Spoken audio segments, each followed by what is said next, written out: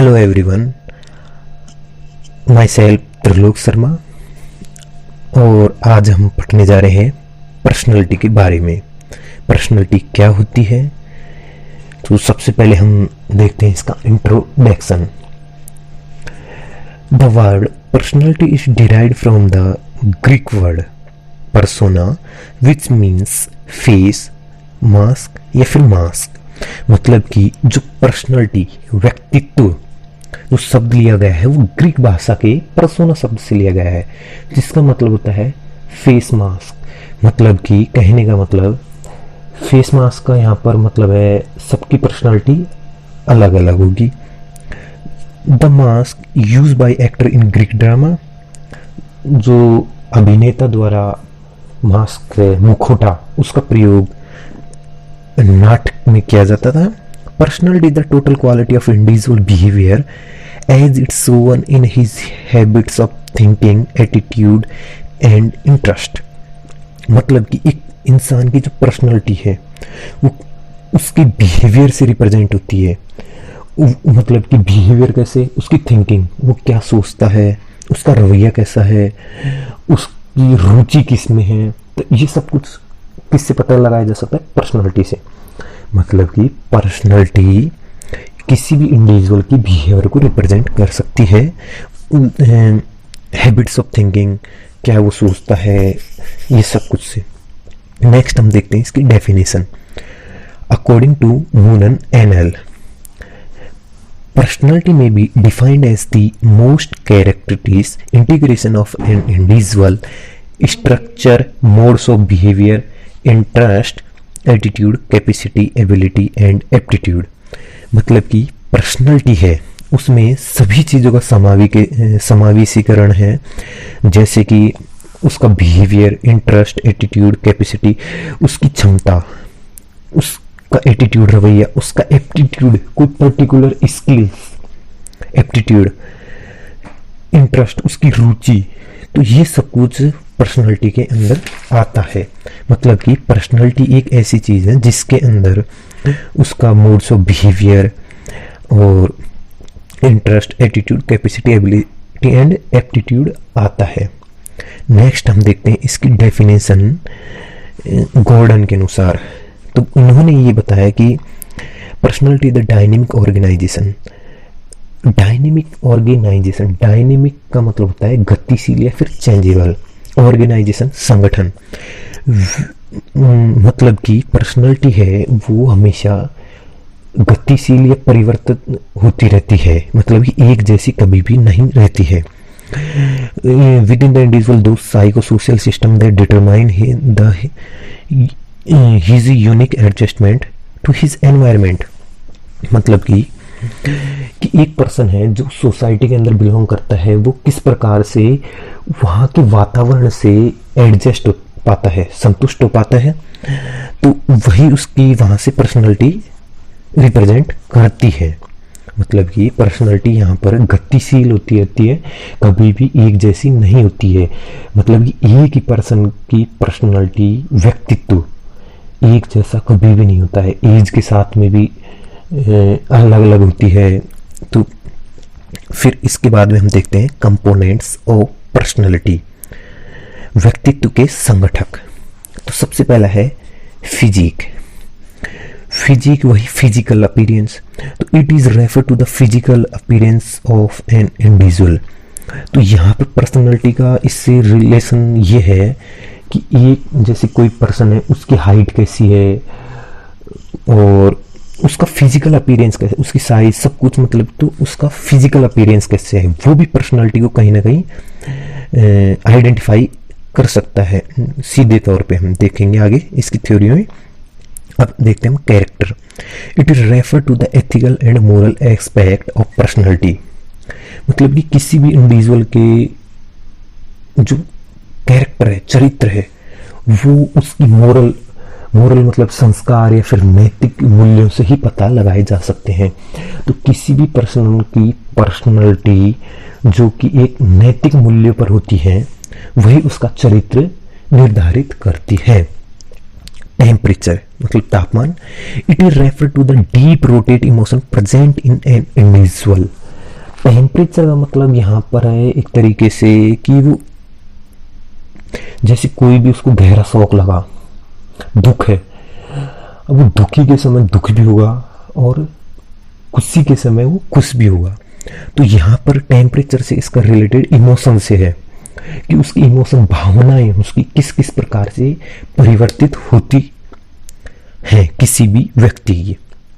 Interest, interest रुचि, it is connected with the 3 aspects need to know, feel and freedom. मतलब कि किसी भी एक व्यक्ति की जो भी रुचि है वो उसकी क्या जरूरत है, सबसे पहले टू नो, क्या वो जानना चाहता है, एंड क्या वो परफॉर्म करना चाहता है।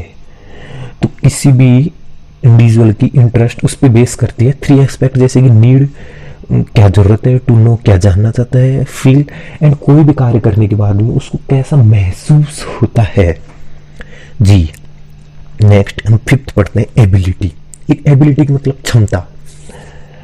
तो एबिलिटी यहाँ पे it is the special natural power to do something well physical and mental. मतलब कि किसी भी पर्सन की जो पर्सनालिटी इस प्रकार से है कि वो फिजिकल, शारीरिक और मेंटल, मानसिक रूप से अगर वो सही होगा, हेल्दी होगा, वेल, अच्छा होगा, तब वह कुछ भी करने के लिए तैयार रहता है। पावर मतलब उसके अंदर एक ऐसी शक्ति हो जाती है कि वो शारीरिक और मानसिक रूप से अगर स्वस्थ रहेगा तो वो कुछ कर सकता है। सोशियबिलिटी, तो sociability it is an ability of individual to socialize himself in a social environment. मतलब कि सोशल एनवायरनमेंट के अंदर, सामाजिक जो वातावरण है समाज के अंदर रहता है, उसके अंदर वो अपने आप को किस प्रकार से देखता है, या फिर जैसे समाज के अलग अलग नियम, कानून, कायदे, rule, regulation, tradition, custom, norms, value, beliefs होती हैं, तो उसके अंदर वो अपने आप को किस प्रकार से एडजस्ट करता है, तो वो सोशियबिलिटी है। एंड देन इमोशन, हम इमोशन वही भावनाएं, इसका भी मतलब वो हमने जैसे टेम्परेचर में पढ़ा था उससे रिलेटेड है। It is an ability of individual to show emotional behaviour in suitable situation. मतलब कि वो अपनी भावनाओं को किस प्रकार से प्रकट करता है सुटेबल सिचुएशन। कोई एक ऐसी जैसे कि मैं वही दोबारा उदाहरण लेना चाहूँगा कि जैसे किसी की निधन हो गया किसी का, तो उस समय दुखी हो जाएगा बहुत। इसका मतलब ये नहीं है कि वो हमेशा के लिए ही दुखी रहे, नहीं। और जैसे खुशी का माहौल है तो खुश भी रहेगा। तो इससे संबंध इसका यही है कि भावनाओं को अपने कहीं ना कहीं संतुलन बना के रखे भावनाओं में। ये नहीं कि हमेशा दुख के समय अगर दुखी रह रहा है तो वो हमेशा जिंदगी भर के लिए दुखी रहे, नहीं। हमेशा खुश भी रहेगा, दुखी भी रहेगा, सैडनेस, ये सब कुछ आती है। ठीक है, अब हम देखते हैं टोपोग्राफी ऑफ पर्सनैलिटी। टोपोग्राफी का मतलब एक तरीके से स्थलाकृति या फिर पर्सनैलिटी की एक तरीके से हम देख सकते हैं फैक्टर जो कि पर्सनैलिटी को कहीं ना कहीं अफेक्ट भी करेंगे, या फिर हम उनसे किसी भी इंडिविजुअल की पर्सनैलिटी पता लगा सकते हैं, व्यक्तित्व। तो it is a specific and unique form of each and every individual. सबसे खास होते हैं, सबसे अद्भुत होती है पर्सनैलिटी, और हर व्यक्ति की पर्सनैलिटी, व्यक्तित्व अलग ही होता है। It is not static but dynamic in nature. मतलब ये कोई एक जगह रुकी हुई नहीं रहती या फिर एक जैसी नहीं रहती। पर्सनैलिटी हमेशा डायनेमिक इन नेचर, गतिशील प्रभाव, गतिशील स्वभाव की होती है, जो कि हमेशा चेंजेबल रहती है, dynamic. Okay, it is the product of heredity. Heredity मतलब कि यहाँ पर जेनेटिक्स से रिलेटेड है, और जीन्स मतलब भी वही अपने माता पिता या फिर दादा दादी, उनसे कहीं ना कहीं हमारी पर्सनालिटी आती है, प्रोडक्ट है। एंड एनवायरनमेंट, हम बाहर रह के सोसाइटी में रहें, चाहे कहीं पे स्कूल में रहें, ये सब कुछ है, यही हमारी पर्सनालिटी को कहीं ना कहीं अफेक्ट भी करते हैं और निर्धारित भी करते हैं कि हम कैसे एनवायरनमेंट, कैसे वातावरण में रहते हैं। It include cognitive, affective and psychomotor behaviour etcetera. Okay, मतलब कि पर्सनैलिटी होती है, उसके अंदर कॉग्निटिव, किस प्रकार की थिंकिंग है, किस प्रकार का उसका परसेप्शन है, किस प्रकार के उसके थॉट्स हैं, ये सब कुछ। साइकोमोटर एक्टिविटी या फिर साइकोमोटर उसका बिहेवियर, किस प्रकार से वो चलता है, किस प्रकार से खाता है, किस प्रकार से पीता है, किस प्रकार से रहता है, किस प्रकार से सोता है, किस प्रकार से चलता है, ये सब कुछ एक इंसान के व्यक्तित्व को प्रदर्शित करते हैं। अब हम देखते हैं फैक्टर अफेक्टिंग पर्सनालिटी। ऐसे कौन कौन से कारक हैं जो कि व्यक्तित्व को प्रभावित करते हैं। Biological and environmental. बायोलॉजिकल, जिससे बायोलॉजिकल इज नेचुरल, इसको हम चेंज भी नहीं कर सकते। सबसे पहली चीज तो बायोलॉजिकल फैक्टर में सबसे पहले देखते हैं heredity, endocrine gland, nervous system and physical appearance. तो हम सबसे पहले हेरिडिटी के बारे में पढ़ेंगे। आप सभी जानते हैं कि हेरिडिटी या फिर माता पिता का बहुत ज़्यादा रोल होता है किसी भी इंडिविजुअल की पर्सनालिटी सेलेक्ट होने में। तो इसमें जैसे कि आपने देखा होगा कि किसी की शक्ल, फेस, ऐसे कहते हैं कि ये दादा को गया है, ये दादी को गया है, ये नानी को गया है, ये मम्मी को गया है। तो ऐसे फिजिक, उसका फिजिकल अपीयरेंस, उसकी हाइट वगैरह सब कुछ, इंटेलिजेंस, उसकी एक तरीके से इंटेलिजेंस, उसके सोचने समझने की क्षमता और उसकी इंटेलिजेंट पावर एंड टेम्परामेंट, उसका गुस्सा करने का तरीका या फिर वो किस प्रकार से किसी कंडीशन को डील करता है। And many aspect of heredity of human behaviour ranking from the physical character of influence by the person heredity. Okay, मतलब कि एक हेरिडिटी कहीं ना कहीं पर्सनालिटी को अफेक्ट करती है। किस प्रकार से कि माता पिता की जो भी एक तरीके से शारीरिक संरचना होगी या फिर इंटेलिजेंट वो जितने बुद्धिमान होंगे या फिर वो गुस्सा करते हैं, तो ये सब कुछ हमारे कहीं ना कहीं ह्यूमन बिहेवियर को रिप्रेजेंट करेगा। कैसे? ये हेरिडिटी के द्वारा। मतलब कि पर्सनालिटी भी कहीं ना कहीं एक तरीके से हेरिडिटी के कारण बहुत ज़्यादा अफेक्ट होती है। ओके, और उसका बिहेवियर भी अफेक्ट होगा। सेकंड देखते हैं endocrine. The section of endocrine gland affect physical growth, emotional growth and mental growth. Secretion of endocrine, जैसे कि एंडोक्राइन अंतःस्रावी ग्रंथियां होती है, उनके द्वारा बहुत से हार्मोनों का स्त्रावित होते हैं, सिक्रेशंस होते हैं। तो अगर जैसे कोई भी हार्मोन है, ग्रोथ हार्मोन है या फिर कोई से भी बहुत सारे हार्मोन है, अब वो कोई ज्यादा सिक्रेशन हो गया तो भी दिक्कत करेगा, कम सिक्रेशन होगा तो भी दिक्कत करेगा। वो फिजिकल ग्रोथ हो, चाहे उसकी शारीरिक विकास हो, भावनात्मक इमोशनल ग्रोथ हो या फिर मेंटल ग्रोथ हो या फिर मानसिक विकास हो, it will have impact of the personality of an individual. मतलब कि एंडोक्राइन ग्लैंड से रिलेटेड ये है, हार्मोन से रिलेटेड, कि अगर किसी भी हार्मोन का ज़्यादा सिक्रेशन होगा, कम सिक्रेशन होगा, अल्टरेशन रहेगा, तो वो कहीं ना कहीं शारीरिक और भावनात्मक और मानसिक विकास पर प्रभाव पड़ता है एक इंडिविजुअल की पर्सनालिटी में। एंड देन देखते हैं nervous system. The entire behaviour is effectively manage and control by the coordination of nervous system. अब यहाँ पे यह है, ये खुद के ऊपर है कि इंडिविजुअल का नर्वस सिस्टम, तंत्रिका तंत्र कैसा है। जैसे कि उसका वो हमेशा अपसेट रहता है। अपसेट का मतलब ये है कि कहीं ना कहीं मेंटल इल थोड़ा या फिर मेंटली डिस्टर्ब रहता है, तो उसकी पर्सनालिटी भी बहुत ज़्यादा अफेक्ट होगी।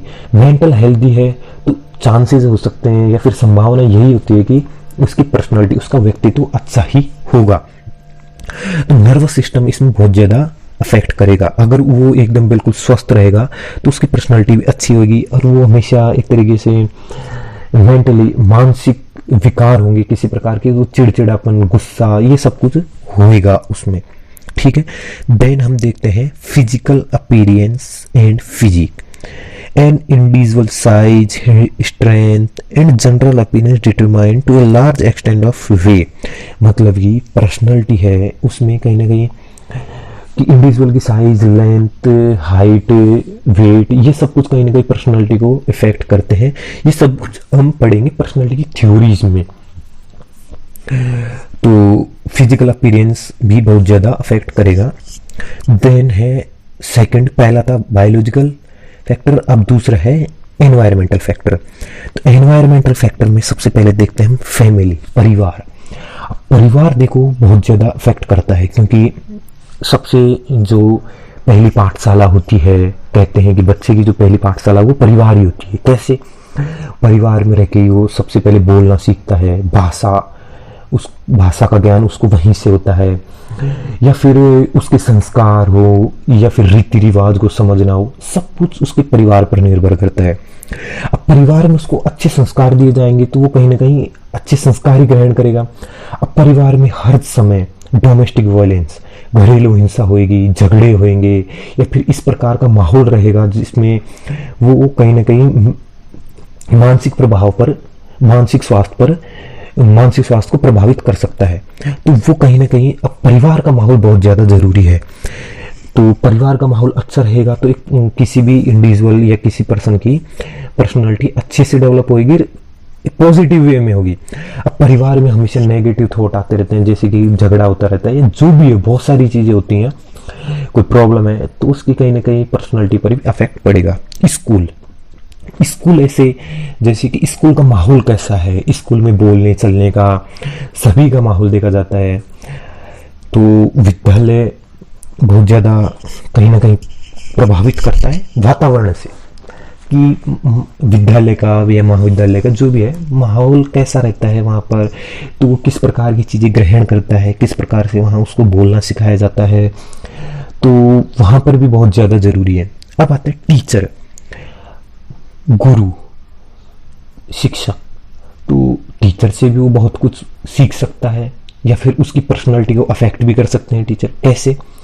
जैसे कि ग्रूमिंग होती है, ग्रूमिंग मतलब वही जो ड्रेस पहन के आएगा टीचर, सब कुछ एकदम वेल अप टू डेट। तो टीचर अगर ग्रूमिंग करके आएगा तो स्टूडेंट को कहेगा, तो स्टूडेंट भी कहीं ना कहीं मन में ये सोचेगा कि हाँ, मेरे टीचर ने ग्रूमिंग कर रखी है तो मैं भी करके आऊँ।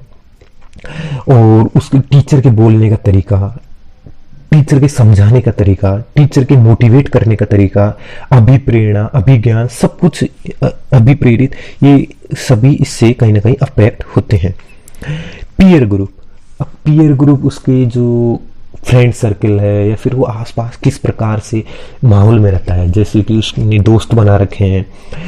तो पीयर ग्रुप का मतलब है कंपनी, एक तरीके से संगति, उसकी संगति कैसी है। अगर वो अच्छी संगति में होगा तो दो बात अच्छी सीखेगा, और अगर बुरी संगति में होगा तो कहीं ना कहीं उसकी पर्सनालिटी पर अफेक्ट जरूर पड़ेगा, और वो कहीं ना कहीं कुछ गलत भी सीखने लग जाएगा। मास मीडिया का मतलब है हम टीवी देखते हैं, या फिर जो भी है हमारे, हम कैसी न्यूज़, कैसे समाचार देखना पसंद करते हैं। तो मास मीडिया बहुत ज़्यादा अफेक्ट करता है पर्सनालिटी को, और हम क्या कुछ देखना पसंद करते हैं। अगर हमको दिन रात टेलीविज़न देखते हैं, या फिर और भी सोशल मीडिया देखते हैं, उस पर सांप्रदायिक चीज़ें, या फिर जो भी है अलग अलग ऐसी कुछ गलत, भावनात्मक, भड़काऊ ऐसी चीज़ें देखने को मिलेगी, तो उससे हमारे को एक तरीके से वही चीज़ें दिमाग में इस प्रकार की छवि बैठ जाएगी, हाँ ये चीज़ है। दिन रात एक ही एक इंसान के बारे में गलत या फिर सही चीज़ चलाएंगे, तो हमारे दिमाग में इस प्रकार का उनके प्रति रवैया, उनके पर छवि और नज़रिया इस प्रकार से बन जाता है। कल्चर का मतलब है संस्कृति। अब संस्कृति का मतलब कहाँ से, वही हम देखे जाए परिवार से, हमारा कैसा रहन सहन, खाने पीने, सब कुछ कल्चर के ऊपर निर्भर करता है। तो आज हमने देखा इसमें अभी पर्सनालिटी।